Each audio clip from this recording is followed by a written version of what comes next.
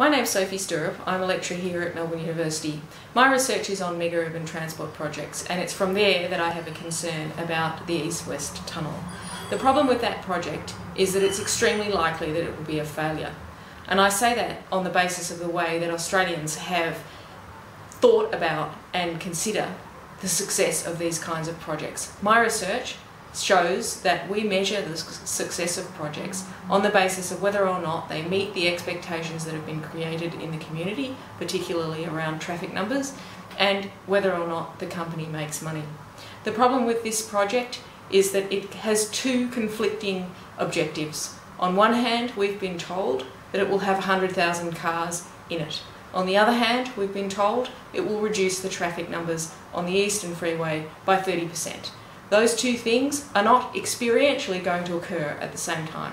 If you're a person sitting in traffic on the Eastern Freeway, you will either experience a large number of cars going into the tunnel, thereby creating 100,000 cars going into the tunnel and a large inducement of traffic, or you will experience a 30% reduction in traffic on the Eastern Freeway, in which case there won't be 100,000 cars in the tunnel. Those two things may be possible within the context of a traffic modeller's worldview, where you're talking about a future expectation of a 30% reduction of traffic in relation to what otherwise would have happened in the future had we not built the tunnel.